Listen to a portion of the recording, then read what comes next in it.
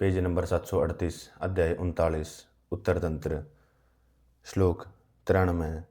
शरीर की दीप्ति नष्ट हो जाने पर, श्रोत्र चक्षु आदि की शक्ति के नष्ट हो जाने पर, क्षीण अरोचक से पीड़ित, गंभीर वेग वाले तीक्ष्ण वेग से पीड़ित ज्वर रोगी की चिकित्सा न करें। श्लोक 94। हीन वेग ज्वर 3 दिन में, मध्य वेग ज्वर 7 दिन में, अधिक दोष ज्वर 12 दिन में अधिक तीव्र होता है। इनमें से पूर्व के कर्म में ज्वर सुख साध्य 3 अथवा अधिक तीव्र होता है। इनमें पूर्व के कर्म से ज्वर सुख साध्य है, अर्थात 3 दिन का हीन वेग ज्वर सबसे अधिक सुख साध्य होता है। मध्यम वेग ज्वर उससे कम और अधिक वेग ज्वर उससे अधिक कष्ट साध्य होता है। 95 क्षण में यह ज्वर काल के रूप में यम है, नियति है, मृत्यु है। शरीर के ज्वर निकल जाने पर दोबारा जन्म हुआ कहा जाता है। यह ज्वर नियति है, मृत्यु है, शरीर के ज्वर निकल जाने पर दोबारा जन्म हो, इस प्रकार से वह ज्वर जब चिकित्सा कहेंगे। श्लोक 97 98। ज्वर के पूर्व रूप में बुद्धिमान वैद्य शुद्ध निर्मल घृत पिलाए, इससे रोगी को सुख मिलता है। यह घृतपान विधि वातजन्य अर्थात श्रम आदि से कुपित वात ज्वरों के पूर्व रूपों में, न कि आमाशय से उत्पन्न ज्वरों में, पित्तजन्य ज्वरों में विरेचन मृदु है, कफजन्य ज्वरों में वमन कराएं। श्लोक 99। सन्निपातज ज्वर के बाद द्विदोषज ज्वर के पूर्व रूपों में दोषों के अनुसार घृतपान आदि का निश्चय कराना चाहिए। तरुण ज्वर आदि को जो स्नेह के अयोग्य, वमन विरेचन के जो अयोग्य हैं, उनको लंघन आदि करे। श्लोक 100। अग्नि और धूम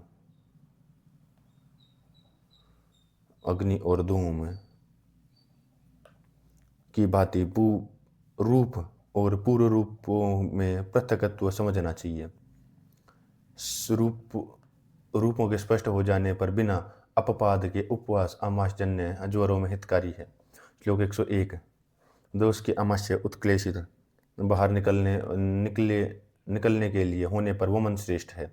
जितने समय तक स्थिमित जकड़े हुए दोषों को रुका हुआ रहे, उतने समय तक रोगी उपवास करे। इसके पीछे पेय आदि कर्म विधि का पालन करें। श्लोक 102। वातजन्य, क्षयजन्य, चक धातु क्षय जन्य और मानस ज्वर में लंघन नहीं करना चाहिए। अथवा द्विवर्णीय अध्याय में कहे हुए गर्भिणी, बाल, वृद्ध, दुर्बल आदि जो लंघन के अयोग्य हैं, उनको भी लंघन न कराए। श्लोक 103। अस्थिर दोषाग्नि वाले पुरुष के लिए लंघन दोषों का पाचन करने वाला है। लंघन ज्वर नाशक अग्नि दीपक भोजन में चाह, रुचि तथा शरीर में लघुता उत्पन्न करता है। श्लोक 104। बलि प्रकार लंघन होने से मल, वायु, मूत्र की प्रवृत्ति, भूख और प्यास का सहन न होना, शरीर में हल्कापन, आत्मा और इंद्रियों में प्रसन्नता तथा शरीर में कृशता आती है। श्लोक 105। अतिशय लंघन से बल का ह्रास, प्यास, शोष, तंद्रा, निद्रा, भ्रम, थकान, श्वास आदि उत्पन्न होते हैं। श्लोक 106। ज्वर में गर्म पानी, अधिक पानी अग्नि दीपक कफ को तोड़ने वाला, पित्त और वायु का अनुलोमक है। कफ वात ज्वर से पीड़ित रोगियों में हितकारी तथा तृषानाशक है, क्योंकि यह दोष एवं स्त्रोतों को कोमल करता है। श्लोक 107। शीतल जल में इससे विपरीत गुण वाला शीतल जल सेवन करने से ज्वर बढ़ता है। श्लोक 108।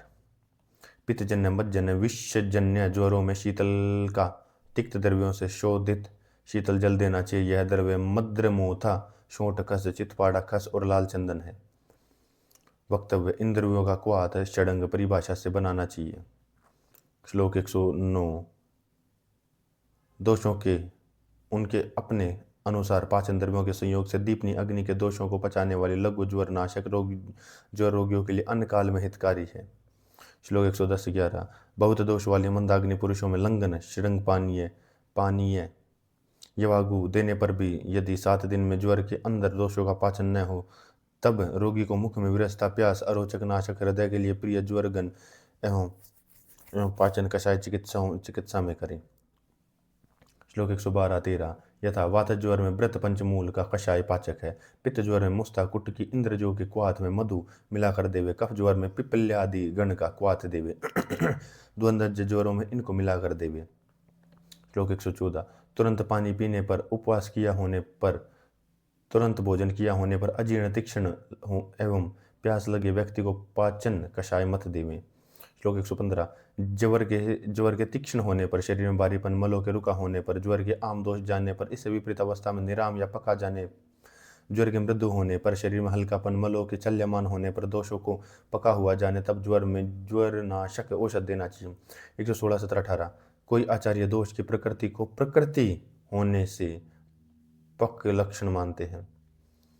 आम ज्वर का लक्षण: हृदय में ऐंठन, तंद्रा, लालास्राव, अरोचक, दोषों की अप्रवृत्ति, आलस्य, मल आदि का अवरोध, मूत्र की अधिकता, उदर में भारीपन, पसीना न आना, मल का पाचन न होना, बेचैनी, नींद, जड़ता, अंगों में भारीपन, अग्नि की मृदुता, मुख की अशुद्धि, मुख में ग्लानि न होना, कृष्णता, चेहरे पर न आना, ज्वर का निरंतर बलवान रहना। इन लक्षणों से बुद्धिमान आम ज्वर जाने।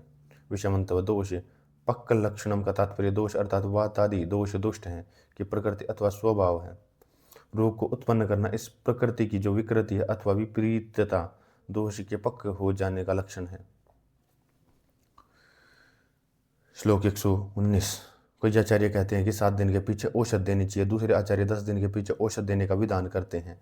श्लोक 120 है। पित्तजन्य या अल्पकाल से उत्पन्न पित्त ज्वर में भी, शीघ्र उत्पन्न हुए ज्वर में भी दोषों का पाक हो जाने पर 7 दिन से पूर्व औषध दे देनी चाहिए।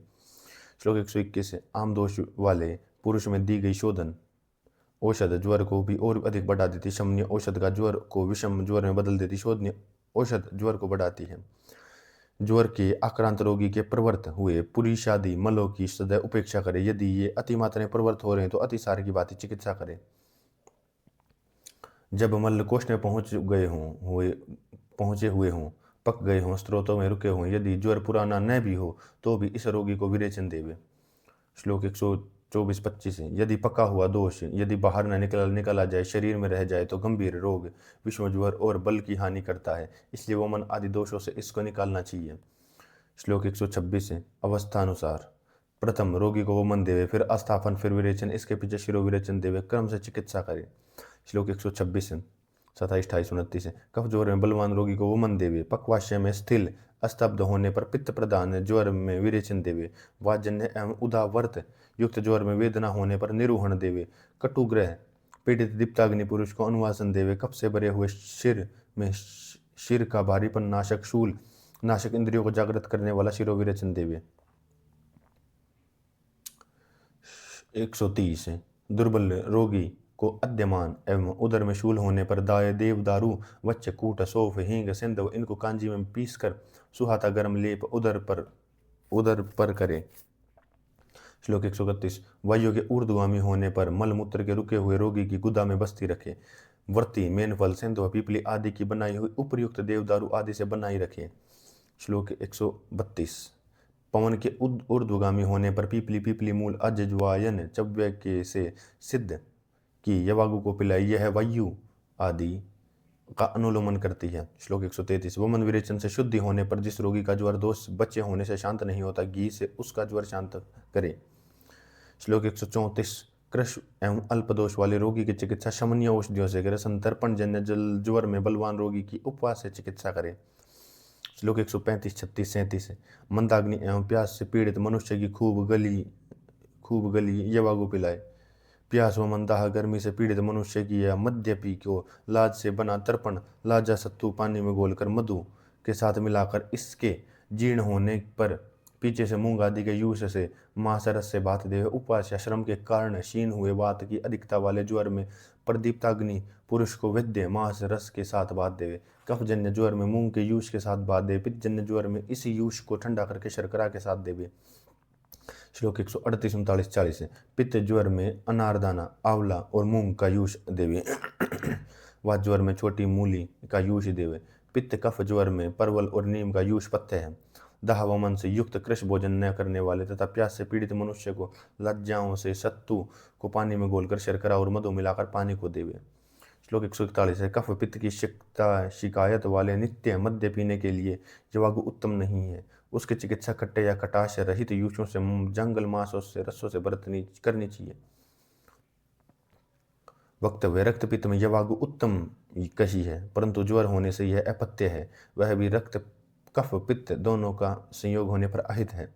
श्लोक 142। मंदाग्नि पुरुषों को पुरातन मद्य जो के भोजन के साथ देवे। मद्य दीपक एवं कफनाशक है। कफजन्य अरोचक में त्रिकटु शोठ मरीच पीपली के साथ तक्र पिए। श्लोक 143-44 है। कृष्ण अल्प दोष वाला दीन जीर्ण ज्वर से पीड़ित अप्रवृत्त दोष में प्रयुक्त दोषों में रुक्ष या पित्तवात ज्वर रोगी मनुष्य को प्यास तथा दाह से पीड़ित को दूध पिलाए, इससे उसे सुख आरोग्य होता है। थोड़े मल आने में या अतिसार में, दोनों अवस्थाओं में दूध याप्य है, दूध पथ्य है। जीर्ण ज्वर की अवस्था में दूध विदेय है। श्लोक 144-45। यदि दूध तृण ज्वर में पीने से विष की भांति रोगी को मार देता है। सब प्रकार के ज्वरों में अतिशय लघु भोजन होने में ज्वर वेग के शांत होने पर देवे, अन्यथा रूप में होने से यह भोजन ज्वर वेग में बढ़ता है। श्लोक 146-47-48। जीर्ण ज्वर रोगी को यदि किसी कारण से हित भोजन में अरुचि हो जाए तो अनेक प्रकार की कल्पनाओं से इसे हितकारी भोजन ही देवे, क्योंकि भूख लगने पर न तो रोगी की क्षीण हो जाता है या मर जाता है। क्षीण होने पर ज्वर कष्ट साध्य हो जाता है या असाध्य हो जाता है, इसलिए मनुष्य के बल की रक्षा करे, बल होने पर ही जीवन है। ज्वर रोगी गुरु अभिसंधि भोजन या अकाल में भोजन कभी न करे, क्योंकि खाया हुआ अहित भोजन उसको न तो आरोग्य देता है न ही आयु देता है। श्लोक 149। क्षीण व्यक्ति के सतत ज्वर की, विषम ज्वर की तथा अति पुरातन ज्वर की चिकित्सा पथ्य लघु इच्छित भोजनों से करे। श्लोक 150। योग्यों को यूष की चाह, उनको भूख लगने पर मूंग, मसूर, कुल्थी, मोथ इनका यूष ज्वर रोगियों को देवे। श्लोक 142। परवल के पत्ते, बैंगन, पुनर्वा, शाक, पाठा शाक, ककोड़ा, शतहरा, गंजावा, पतली, नर्म मूली, गिलोय के पत्ते इनका शाक ज्वर रोगी को शाक की चाह में देवे। श्लोक 143। बटेर, कपिंजल, घर की चिड़िया, हरित पृष्ठ, शरम, खरगोश, कंकाक, काल पूंछ, कुरंग, मृग मात्र का इनका मांस साथ में जब रोगियों को मांस देने की चाह पर देवे। सारस, कोंच, मोर, कुक्कुट, तीतर इनके गुरु एवं उष्ण होने से कई चिकित्सक ज्वर में उत्तम नहीं मानते। श्लोक 155। ज्वर रोगियों में जब वायु का प्रकोप हो जाए तब इन सारस, मुर्गी आदि को भी मात्रा एवं काल के अनुसार देना। श्लोक 156-57-58। तरुण रोगी परिचय, स्नान, प्रदेह, स्नेहन, संशोधन, वमन, विरेचन, स्नान, अभ्यंग, दिन में सोना, शीत, व्यायाम, स्त्री सेवन, कषाय, गुरु, रुक्ष भोजन, क्रोध आदि, संदिग्ध एवं अभिसंधि, दही आदि भोजन इनको तथा अन्य विधि वर्ग का संक्षेप से त्याग करें। श्लोक 159। परिषेक आदि आहार विहार के सेवन करने से अस्थिर दोष वाले तरुण ज्वर में बढ़कर गंभीर एवं तीक्ष्ण वेग वाला हो जाता है अथवा असाध्य हो जाता है। श्लोक 160, 61, 62। ज्वर मुक्त मनुष्य जब तक बलवान न हो तब तक शीतल जल में सोना, क्रोध, व्यायाम और स्त्री सेवन न करे, क्योंकि ज्वर मुक्त रोगी के दुर्बल होने से ज्वर मुक्त रोगी तब तक तिल में सोना, दिन में सोना, व्यायाम और स्त्री सेवन अगर, क्योंकि ज्वर युक्त रोगी के दुर्बल होने से अहित सेवन करने पर ज्वर शीघ्र ही लौट कर जला देता है, जिस प्रकार शुष्क वृक्ष को अग्नि जला देती है। इसलिए ज्वर मुक्त रोगी को विरेचन की भांति परहेजी पालनी चाहिए जब तक कि वह दोष प्राण बल की असली स्वभाव में न आ जाए। श्लोक 163। ज्वर में थोड़ा सा भी उठना बैठना चलने से मूर्छा हो जाती है, इसलिए विस्तार पर बैठाए या लेटाए रोगी को ही भोजन दे और वही मलमूत्र त्याग कराए। श्लोक 164। अरोचक अंगों में स्थिरता, विवर्णता, अंगों में मलिनता होने पर, ज्वर के शांत लीन रूप हो जाने पर भी रोगी को शोधन देना चाहिए, जिससे कि पुनः ज्वर का आक्रमण न हो। श्लोक 165। ज्वर से क्रश हुए व्यक्ति को बुद्धिमान सहसा स्नान न कराए, इस स्नान से दूषित हुआ ज्वर पुनः लौट आता है। श्लोक 166-67। सब ज्वरों की चिकित्सा इनके कारणों के विपरीत करे, परंतु श्रम, क्षय या अभिघात जन्य ज्वर में मूल दोष वायु की चिकित्सा करे। स्त्रियों में सम्यक प्रसव न होने के कारण या स्तन्य दावन के प्रथम अवतरण काल में जो ज्वर हो उसमें दोष के अनुसार संचमन चिकित्सा वैद्य करे। संचमन पाचन कषाय। इसके आगे मुझ से संचमन कषायों को सुनो, जिन कषायों को जानने वाला वैद्य सब ज्वरों में दे सकता है।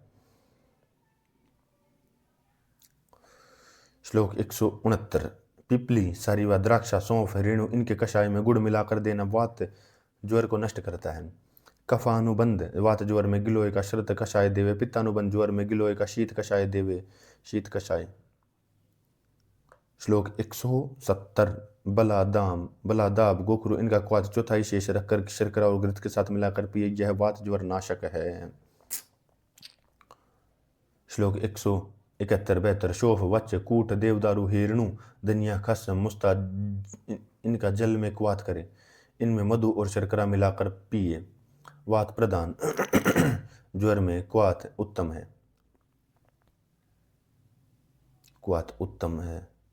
श्लोक 193-94। द्राक्षा गिलोय गांबारी त्रयमाण सारीवा इनका क्वाथ करके गुड़ मिलाकर वातजन्य रोग ज्वर में पिए, गिलोय का स्वरस इनके समान शतावरी का स्वरस मिलाकर गुड़ के साथ पीने से वातजन्य ज्वर शांत होता है। जीर्ण ज्वर त्वचा में स्थित हो तो घी का अभ्यंग करे, शीत होने पर स्वेदन और आलेपन करे। गंबारी चंदन खस फालसा महुआ इनके कषाय को शर्करा मिलाकर मधु बनाकर इससे पित्त ज्वर शांत होता है। 176। सारीवादि द्रव्य गण का क्वाथ शर्करा के साथ पीने से पित्त ज्वर नष्ट होता है। उपलादि गण में मुलैठी मिलाकर क्वाथ करके पीने से शर्करा मिलाकर पित्त ज्वर नष्ट होता है। उत्पल्लादि गण का क्वाथ या शीत कषाय शर्करा के साथ पित्त ज्वर में पिए। गिलोय कमल लोद सारीवा नीलोफर इनका शीत कषाय शर्करा से मधु बनाकर पीने से पित्त ज्वर नाशक है। श्लोक 189। द्राक्षा और अमलतास का शीत कषाय गंबारी और शीत कषाय द्राक्षा मुलैठी सारीवा आदि मधुर धामसा पित्तपाड़ा चिरायता आदि तिक्त पद्म नीलोफेर आदि कषाय द्रव्यों का शीत कषाय शर्करा से मधुर करके तृष्णा एवं प्रवृद्ध दाह को शांत करता। ये 3 योग हैं, अथवा कषाय इसको ठंडा करके देवे। श्लोक 180। प्यास से पीड़ित रोगी को मधु मिश्रित जल पेट भर के पिलाकर वो मन कराए, इससे प्यास शांत होती है। श्लोक 181। अंतर्दाह होने पर दूध से बरगद आदि शीरी वृक्षों के कषाय में चंदन आदि शीतल द्रव्यों मिलाकर इनको शीतल करके इनसे तथा काकुल्य आदि शीतवीर्य शीत स्पर्श द्रव्यों से बहिर्परिमार्जन करना चाहिए। पान आलेपन परिचेक बाह्यम परिमार्जन अवगाहन करें। श्लोक 182-83। पद्माक मुलैठी द्राक्षा कमल नीलोफेर बुने हुए जो खस मजीठ गंबारी फल इनका चूर्ण पानी में घोलकर रात भर रखा रहने देवे। प्रातः इनको नितार मधु मिलाकर पीने से रोगी का ज्वर और दाह शांत होता है। जिह्वा तालु गला क्लोम के शुष्क होने पर शीघ्र पद्मनाक आदि शीतल लेप होने पर परिषेक करे। बिजोरे के केसर मधु और सिंध अथवा शर्करा अनार द्राक्षा खजूर इनका कल्क तथा गंडूष मुख में धारण करना उत्तम है।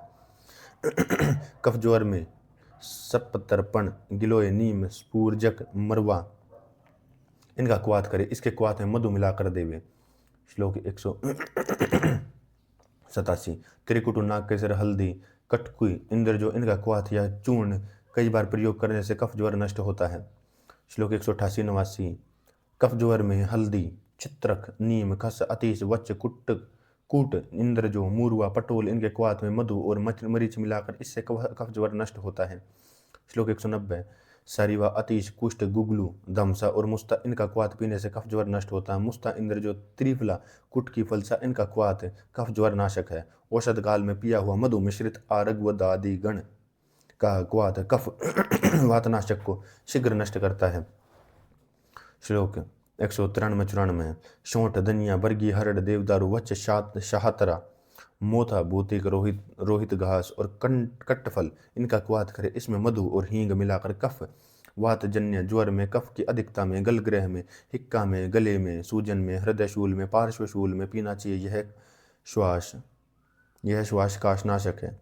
164 165 66 67 68 195 96 97 बला पटोल त्रिफला मुलैठी अड़ूसा इनका क्वाथ मधु के साथ पीने से पित्त कफ ज्वर को नष्ट कर देता है। कुटकी हरड़ द्राक्षा मुस्ता शाहतरा इनका क्वाथ मधु के साथ पीने से कफ पित्त जन्य ज्वर को नष्ट करता है। बारगी वत शाहतरा धनिया हींग हरड़ मुस्ता गंबारी और शोट इनके क्वाथ मधु के साथ कफ पित्त जन्य ज्वर को पिए। कुटकी और शर्करा को 201 क्रश की मात्रा में गर्म पानी से पीने पर कफ पित्त जन्य ज्वर नष्ट होता है।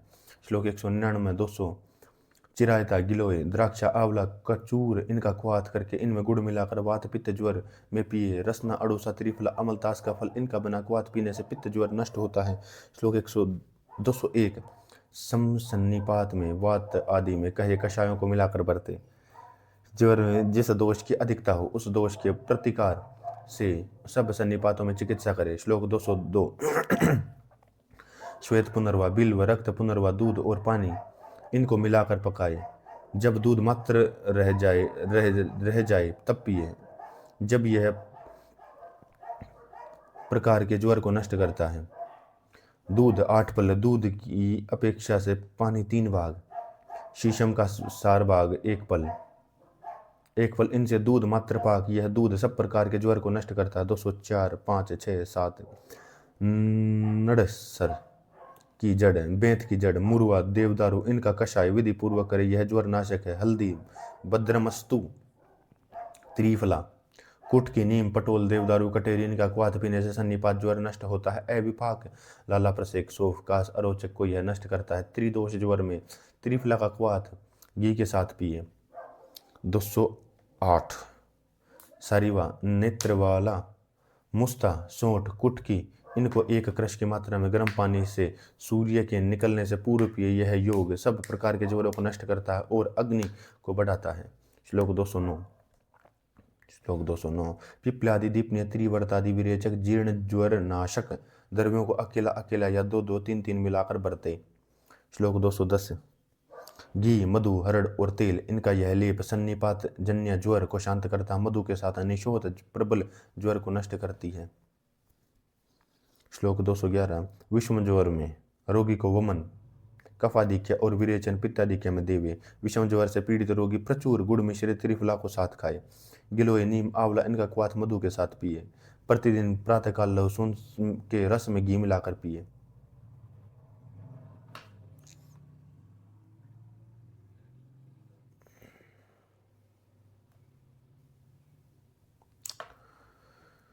मुलेठी, पटोल, कुटकी, मुस्ता, हरड़ इनमें से किन्हीं 3 या किन्हीं 4 या 5 को मिलाकर क्वाथ करके पिए। इस प्रकार से वेदों के 16 योग बनते हैं। श्लोक 215 बल के अनुसार घी, दूध, शर्करा, मधु और पीपली को बरते अथवा 10 मूल के कषाय से 1 क्रश पीपली पिए। विषय मंतव्य, घृत 1 से 4 तोला, दूध 1 पाव से 4 सेर, श्वेत खंड 4 तोला से 16 तोला, मधु 1 से 4 तोला, पीपली 3, 4, 5 संख्यक पीसकर सबको मिलाकर विषम ज्वर से 1-1 घंटा पूर्व पिला देना चाहिए। उसी दिन ज्वर रुक जाता है, परंतु यह रोग निराम विषम ज्वर में दिया जाता, शाम में नहीं। श्लोक 216 दूध या मांस रस का भोजन ही करते हुए वर्धमान पीपली का व्रत व्याधि में कहे उपयोग करे। मुर्गे के मांस के साथ उत्तम मध्य को पिए। पंचकोल, पीपली मूल, चव्य, चित्रक, सोठ, अग्निमंथ, त्रिफला इनका 100 पल पानी 512 पल क्वाथ करे। 118 पल क्वाथ, 118 पल दही और 32 पल घी, 8 पल तिलवक का कल्क मिलाकर घृत सिद्ध करे। यह विषम ज्वर नाशक है।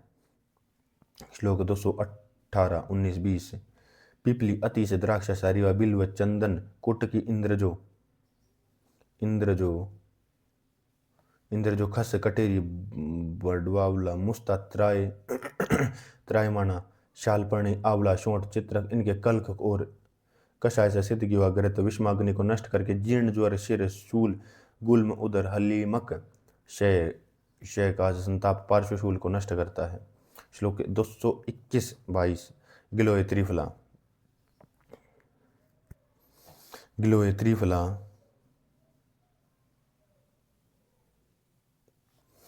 त्रिफला, वासा, त्रयमाण, धामसा इनकी विधि पूर्वक बनाए क्वाथ से द्राक्षा, पीपली, मोठ, सोंठ, कमल, चंदन इनको समान भाग लेकर इनके कल्क से घृत सिद्ध करके इस घी से पीने से क्षय, श्वास, काश, जीर्ण ज्वर नष्ट होते हैं। श्लोक 223, 24, 25 प्रश्निपर्णी, कटेरी, द्राक्षा, त्रयमाण, नीम, गोखरू, बला, पित्तपाड़ा, मोथा, शालपर्णी, ज्वासा इनका क्वाथ करे। इनमें कचूर, बुई, आंवला, बारगी, गेंदा, आंवला, पुष्कर, पुष्कर मूल कल्क और घी से दुगना मिलाकर दूध मिलाकर घृत पाक करे। इस घी के पीने से जीर्ण ज्वर नष्ट होता है, शिरशूल काश क्षय नष्ट होता है। 226 27 28 पटोल पित्तपाड़ा नीम गिलोय त्रिफला अड़ूसा कुटकी मोथा चिरायता ज्वासा मुलहठी चंदन दारू हल्दी इंद्र जो खस्त्रायमान पीपली कमल इनके कल्क से आवला बांगरा शतावरी मकोय इनके स्वरों से सिद्ध किया हुआ घृत गिरत शीघ्र ही अपची कटुष्ट कुष्ठ ज्वर स्वर्ण वर्ण अर्जुन वर्ण नेत्र मुख कान नासिका के रोगों को नष्ट करता है। श्लोक 229-30 कतिपति 33-34 विडंग त्रिफला मुस्ता मजीठ अनार नीलोफर प्रियंगु इलायची एलवालुक चंदन देवदारू बृहिष्ट बालक कूट हल्दी शालपर्णी शारीवा काली शारीवा हिरणु निशोत जमाल गोटा वच 40 नाग केसर चमेली के फूल इनका कल्क दुगना दूध इनसे घृत सिद्ध करे। यह घृत जीर्ण ज्वर श्वास गुल्म उन्माद गरनाशक यह कल्याणक घृत है। यह घृत मंगलकारी श्रेष्ठ अलक्ष्मी ग्रह राक्षस अग्निमांद्य अपस्मार पापनाशक नष्ट शुक्र पुरुषों के लिए उत्तम है, बंध्याओं को गर्भप्रद है, मेध्य चक्षुष आयुष्य रतोर्धक है, रतो मार्ग वर्धक है, मार्ग शोधक है। श्लोक 235 36 38 39 इन कल्याण घृतों के द्रव्यों से सर्वगंध गण के द्रव्यों में से चमेली चंपा अशोक शिरीष इनके नूतन कुसुमों के साथ जटामासी लाल कमल अनार का केसर इन द्रव्यों से सुवर्ण मणि आदि के साथ कपिला लाल गाय के दूध में कपिल गाय का एक प्रस्त घी सिद्ध करे। ब्राह्मणों से अभिमंत्रित करके प्रशस्त तिथि एवं नेत्र वैद्य रोगी को राजा के लिए देने से यह घृत सब ज्वरों को नष्ट करता है। इसका नाम महाकल्याणक घृत है। देखने छूने से सब रोगों को नष्ट करा नाशक है एवं कल्याणकारी है। इससे सब प्राणियों को अतिष्कृत वल्ली पलित रहित होकर निरंतर सेवन करते रहने से 300 वर्ष तक जीता है। श्लोक 240 41 42 पंचगव्य घृत गाय का घी गाय का दही गोमूत्र दूध गोघृत और गोबर ये पांचों वस्त्र सम्यक भाग में त्रिफला चित्रक मुस्ता हल्दी अतीस विडंग त्रिकटु चव्य देवदारू इनके कल्क से घृत पाक करे। यह पंचगव्य घृत पीने से विषम ज्वर नाशक महापंचगव्य घृत है। 243 इस पंचगव्य घृत में कल्क ने मिलाकर घृत पाक करे तो यह दूसरा पंचगव्य घृत लघु है। अड़ूसे के पत्तों या बला के अथवा गिलोय के स्वरस से घृत सिद्ध करे। ये तीनों घृत जीर्ण ज्वर शोफ और पांडु रोग में उत्तम है। पंचगव्य के विधान से पंचाविक भेड़ के दूध घी मूत्र मल रस आदि से दही से पंजाज बकरी के दूध पंचमहिष भैंस के दूध आदि ऊंट के गोबर मल को छोड़कर दूध दही से घृत सिद्ध करे। 245 46 47 48 49 त्रिफला खस अमलतास कुटकी अतीस मुस्ता शतावरी सप्तपर्ण गिलोय हल्दी दारू हल्दी चित्रक निशोत मूर्वा पटोल नीम नेत्रवला चिरायता वच्च इंद्रयाण पद्मनाक नीलोफर सारीवा काली सारीवा मजीठ चित्रवा का लाल चंदन धाम सापित पाड़ा त्रायमाण अड़ूसा रसना केसर मजीठ पीपली सोठ इनके कल्क से आंवले का स्वरस यकवात घी से दुगना दे लेकर घृत सिद्ध करे। यह घृत विसर्प ज्वर श्वास कुल्म कुष्ठनाशक पांडु प्लीहा अग्निमांद्य के लिए हितकारी है। श्लोक 250 51 52 53 पटोल कुटकी दारू हल्दी नीम अड़ूसा त्रिफला धाम सा पित्त पाड़ा त्रायमाण प्रत्येक एक पल आंवला एक प्रस्त इनको एक द्रोण जल में कुआत करे। चौथाई रहने पर कुआत एक प्रस्त कुटज चिरायता मोथा मुलहटी चंदन पीपली इनके कल्क से सिद्ध करे। यह घृत नेत्र के लिए नेत्रगत शुक्ल भाग के उत्तम रोगों में उत्तम है। नासिका कान आंख मुख वर्तम रोग का वर्णनाशक है। रक्तपित्त कफ स्वेद क्लेद पूय को सुखाता है। कामला ज्वर विसर्प गंडमाला को नष्ट करने में उत्तम है। श्लोक 254-55 गर्म किया दूध शर्करा पीपली मधु घृत इनको मध्य के साथ पिए। यह पंचसार विषम ज्वर शक्त क्षीण में ज्वर में हृदय रोग में उत्तम है। इनको हाथ से बिलोना चाहिए। श्लोक 246-56 लाख सोंठ हल्दी मूरवा मजीठ सृज शार कूठ इनसे तेल 32 पल तेल से 6 गुने तल तक्र में सिद्ध करे। यह तेल शीत पूर्व दाह पूर्व ज्वरों को नष्ट करता है। श्लोक 249। बरगद आदि शीरी वृक्ष विजयसार नीम जामुन सप्तपर्ण अर्जुन शीरीष खेर सारिवा गिलोय अड़ूसा कुटकी पित्तपाड़ा खस वच तेजबला मुस्ता इनके कल्क से सिद्ध किया तेल दर्व कार्य में जल या तक्कर तेल से 6 गुना ले 4 गुना जीर्ण ज्वरनाशक है। 259 60 61। ज्वर आने के समय रोगी को विष रहित सांपों से सिखाए हाथियों से चोरी के आरोप से डराए उस दिन इसे खाने को न देवे अथवा अतिशय अभिषंद एवं गुरु भोजन खिलाकर इसको बार बार ओमन कराए। तीक्ष्ण मध्य ज्वरनाशक घृत पिलाए। पुरातन घृत को 10 साल के पेट भर के पिलाए। उस दिन रोगी को बलि प्रकार स्वेदन करके अपीड़ाकार विरेचन पिलाए। यह निर्वह देवे। यह चिकित्सा ज्वर वेग एक के दिन करे। श्लोक 262। बकरी भेड़ की खाल रोम वच कूट गुगल नीम के पत्ते इनको मधु के साथ मिलाकर रोगी को धुआं देवे। श्लोक 263। पीपली सिंधुआ तेल मेनसिल इनको आंखों में अंजन करे। श्लोक 264। उधर में जो घृत देने कहे हैं उनको सेवन करने से तथा कल्पोक्त अजित घृत के सेवन से विषम ज्वर शांत हो जाता है। श्लोक 265। भूत से संबंध ज्वर में भूत विद्या में कहे रज्जु आदि से बांधना आवेशन सर्पण आदि से मंत्र पूर्वक ताड़न पूजन आदि से ज्वर को शांत करे। काम शोक क्रोध आदि मानस ज्वर को ज्ञान विज्ञान सांत्वना आदि से शांत करे। श्रम तथा क्षयजन्य ज्वर में प्रचुर घृत युक्त मांसरस के साथ चावल खाए। 266। अभिचार एवं अभिशाप जनित ज्वर में ज्वर को होम शांति पाठ प्राश्चित आदि से शांत करे। उत्पात एवं ग्रह को पीड़ित व्यक्ति को ध्यान दान स्वस्ति वाचन अतिथि पूजन से चिकित्सा करे। श्लोक 268। अभिघात जान्य ज्वर में उष्ण क्रिया को छोड़कर चिकित्सा करे। कषाय मधुर सन्निग्ध उपचार बरते अथवा दोष के अनुसार चिकित्सा करे। औषधि गंधजन्य विषजन्य ज्वर में विषनाशक पित्तनाशक चिकित्सा करे। एलादि गण का क्वाथ पीने को देवे। नीम देवदा दारू हल्दी चमेली इनका कषाय पीने को देना हितकारी है। विषम ज्वर में जौ के बने बक्ष्य घी और मध्य उत्तम है। 270। ब्राह्मण गाय देवता शिव अंबिका चंडी की पूजा करे।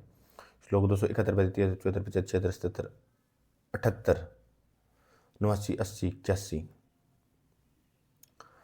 कफ वातजन्य ज्वरों में रोगी को शीत होने पर भद्र द्रव्य आदि सुरसा आदि इल्यादि उष्णादि गुण अशुनादि गण के कल्क से लेप करे एवं स्वेद देवे। गुनगुनाती कांजी शुक्त गौमूत्र या मस्तु से सिंचन करे। सुरस तुलसी अर्जक शिग्रू के पत्तों को पीसकर इनसे लेप करे। शुक्त मिश्रित क्षार तेल से अभ्यंग करना चाहिए। अर्गोद आदि गण का क्वाथ पीने को देवे। एरंडा आदि वातगन द्रव्यों को सुहाते गर्म क्वाथ पानी से देवे। एरंडा आदि वातगन द्रव्यों के सुहाते गर्म क्वाथ में स्नान करना उत्तम है। इन उपायों से शीत को शांत करके गुनगुनाते जल से स्नान करा के ऊन कपास रेशम के बने वस्त्रों को ढांपकर रोगी को सुला देवे। काले अगरू का अंगों पर लेप की हुई पीन स्तनों वाली रूप से फूटी फटती चतुर उठती जवानी वाली स्त्रियां अंगों से लिपटा लें। ये स्त्रियां शीत एवं दीनता को नष्ट करने में श्रेष्ठ हैं। ये स्त्रियां दीनता को नष्ट करने में श्रेष्ठ हैं। शरद ऋतु के चंद्रमा के समान निर्मल मुख वाली नीली आंखों वाली नीले कमल की आंखों वाली चंद्रभू अंग भंग ललाट स्तन की कांपती हुई लटके हिलाती हुई बारहवीं तंब वाली कुंदरू आंखों वाली कृश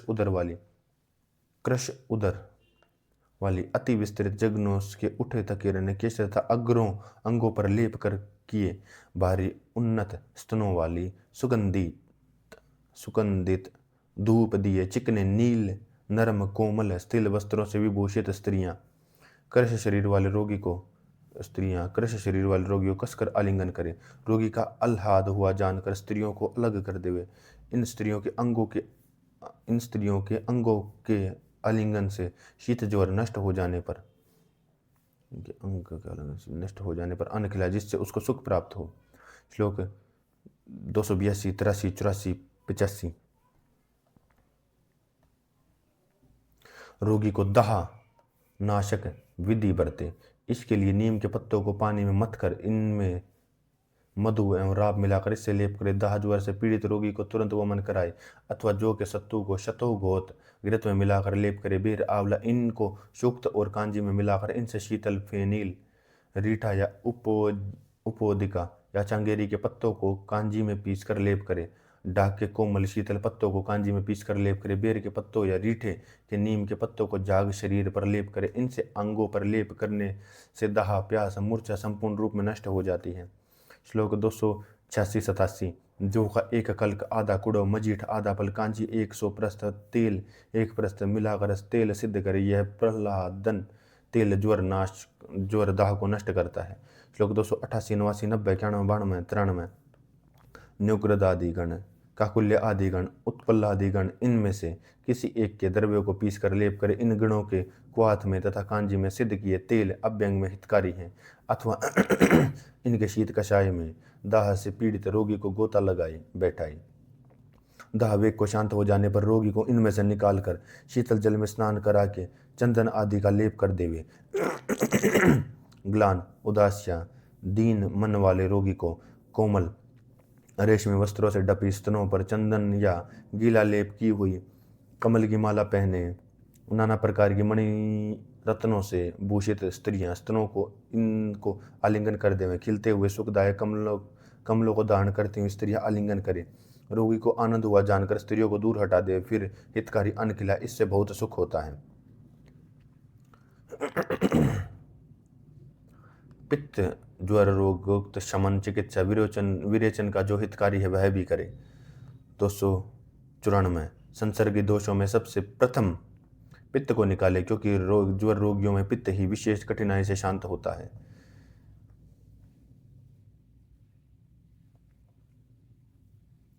वक्तव्य। अष्टांग संग्रह में इसकी उत्तमता से विचार विद्या पाठक उसे वहां से देख लें। श्लोक 295। ज्वर के वमन, मूर्छा, प्यास आदि उपद्रवों को ज्वर के अविरोधी कारण से विपरीत अपनी चिकित्सा से शांत करें। श्लोक 295, 96, 97, 98, 99। उपद्रवनाशक विशेष चिकित्सा को सुनो। मुलेठी, हल्दी, मुस्ता, अनारदाना, अमल, वेतस, अंजना, सूरमा, इमली, खस, कमल का पत्ता, दालचीनी, व्यानग्र, बिजोरे का रस, मधु, इनको मधु सूक्त में मिलाकर ज्वर रोगी के सिर पर लेप करे। इससे सिर की पीड़ा, सम्मोह, वमन, हिचकी, कंपन नष्ट होते हैं। ज्वरों के उपद्रवों को यह प्रदेह नष्ट करता है। श्लोक 300, 301। महुआ, बालक, कमल, जलयष्टि, इनका चूर्ण मधु और घृत के चाटने पर वमन नष्ट हो जाता है। कफ, प्रसेकर, रक्त, पित्तम, वैनाशक, श्वास, काश नष्ट हो जाते हैं। श्लोक 302। ज्वर पीड़ित रोगी त्रिफला, पीपली, मधु को पीसकर मधु और घृत में मिलाकर काश श्वास में चाटे, इससे सुख होता है। मधु के साथ पीसे, फिर मधु के साथ घोल कर चाटे। श्लोक 303। तृष्णा एवं दाह से पीड़ित रोगी के सिर पर विदारी, अनारदाना, लौद्र, कैथ, बिजोरे का लेप करें। श्लोक 304। मधु मुख की विरसता में अनारदाना, शर्करा, द्राक्षा, आंवले का कल्क मुख में धारण करे। दूध, ईख का रस, मधु, घृत, तेल, गर्म पानी या कवल मुख में धारण करे। सिर के शून्य खाली जी होने पर जीवनीय गण की 10 औषधियों से घृत नस्य को देवे। 306। पित्त ज्वर के पक जाने पर निरामावस्था में ऊर्ध्वगामी रक्त पित्त, कंपन, त्रिफला, निषोध, काली निषोध, पीपली, इनका चूर्ण मधु और शर्करा के साथ मिलाकर विरेचन के लिए देवे। श्लोक 307। कफ वात जन्य ज्वर रोगी का स्नेहन और अभ्यंग से शोधन करें। दोषों के निकल जाने पर यदि चक्कर आते हों तो मधु, शर्करा, हरड़ को चाटे। श्लोक 308। वातजन्य ज्वर में भद्र द्रव्य आदि वातगन तथा काकुल्य आदि मधुर द्रव्यों से निरुदेवे दोष एवं बल का विचार करके दोषहर, वातहर द्रव्यों से शोधित स्नेह का अनुवासन करे। श्लोक 309, 10, 11। चंदन, खस, उत्पल आदि के कषायों में शर्करा मिलाकर मधु बनाकर शीतल करके निरुदेव। ये पित्त ज्वर नाशक है। न्योग्रद आदि गण में कहे आम्र से लेकर नंदी वृक्ष पर्यंत वृक्षों की त्वचा, शंख, लाल चंदन, मुलेठी, कमल, गेरू, अंजन, सुरमा, मजीठ, कमलनाक, पद्मनाक, इनको बारीक पीसकर दूध में घोलकर मधु, शर्करा मिलाकर भली प्रकार छानकर ठंडा करके जलन अनुभव करने वाले रोगी को बस्ती देवे। श्लोक 312। न्युग्रद आदि के छालों में सिद्ध किया अनुवासन ज्वर एवं दाह को नष्ट करता है। श्लोक 313। आर्गोदादि गण के क्वाथ में पिपल्यादि गण का कल्क मधु और गोमूत्र मिलाकर निरुदेव यह कफ ज्वर नाशक है। आर्गवदादि कफ नाशक द्रव्यों से सिद्ध अनुवासन देवे। श्लोक 314। दोषों के संसर्ग और सन्निपात में दोषों के अनुसार बस्तियों को मिलाकर देवे। श्लोक दोषों के संसर्ग में दोषों को मिलाकर अनुवासन देवे। 315। वात नाशक जो सब स्नेह घी तेल वसा मज्जा बलि पर कर कह देंगे वे सब स्नेह वात ज्वर जन्य में तेल को छोड़कर बरतने चाहिए, अनुवासन में तेल नहीं देना चाहिए। अभ्यंग आदि कार्यों में संपूर्ण रूप से सब स्नेह घी तेल वसा मज्जा बरतने चाहिए। पित्त ज्वर में मधुर एवं तिक्त द्रव्यों में सिद्ध घृत अभ्यंग आदि में उत्तम है। श्लोक 318। श्लेष्म ज्वर में कटु तिक्त द्रव्यों से सिद्ध घृत तेल या अभ्यंग आदि में बरते। संश्लिष्ट एवं सन्निपात दोष में वात आदि इन हर द्रव्यों से मिश्रित घी तेल आदि को परस्पर मिलाकर बरते। वक्तव्य डल्लन ने भी कफ में भी घृत का उपयोग अभ्यंग आदि में देने के लिए कहा। इसमें संस्कार के कारण घृत कफनाशक तुल्य गुण के होने पर घृत कफ को नहीं बढ़ाता। श्लोक 318। निकलने से बचा पित्त त्वचा में स्थित होकर ज्वर उत्पन्न करता है। इसमें ईख का रस शर्करा शीतल सशक्त शरकत पिए। दूध में भिगोए शाली चावल और छाटी चावल के खाए। श्लोक 319। निकलने से बचे कफ और वायु के कारण यदि ज्वर हो तो स्वेदन एवं अभ्यंग करे। श्लोक 320। सब प्रकार के ज्वरों में 12 दिन के पीछे घृत देना चाहिए क्योंकि इतने समय में दोष अपने अपने स्थान पर पहुंच जाते हैं, उनका परिपाक हो जाता है। श्लोक 321। मोक्ष समय में धातुओं को चल्यमान करते हुए दोष बलवान की भांति आचरण करते हैं। इस दोष के कारण रोगी व्याकुल होता है और मरते हुए मनुष्य के समान कराना गात्र विक्षेपण आदि चेष्टाएं करता है। वक्तव्य। जिस प्रकार बुझाता हुआ दीपक एक बार जोर से चमकता है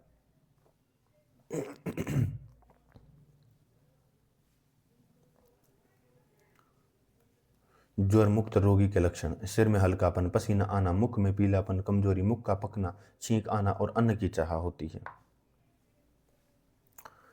श्लोक 323-24। जब ज्वर महादेव के क्रोध से उत्पन्न हुआ भयानक बल वर्ण और अग्नि को मंद करने वाला रोगों का राजा, रोगों का समूह ऐसा कहा जाता है। पुरुष पशु पक्षी आदि प्राणियों में फैला होने से मन इंद्रियों समेत संपूर्ण शरीर का स्पर्श करके अग्नि का नाश करने के कारण अति कष्ट साध्य होने से अग्नि व्याधि के पीड़ित होने पर भी यह अंत में यह ज्वर होने से ज्वर प्राणियों को मारने वाला कहा जाता है।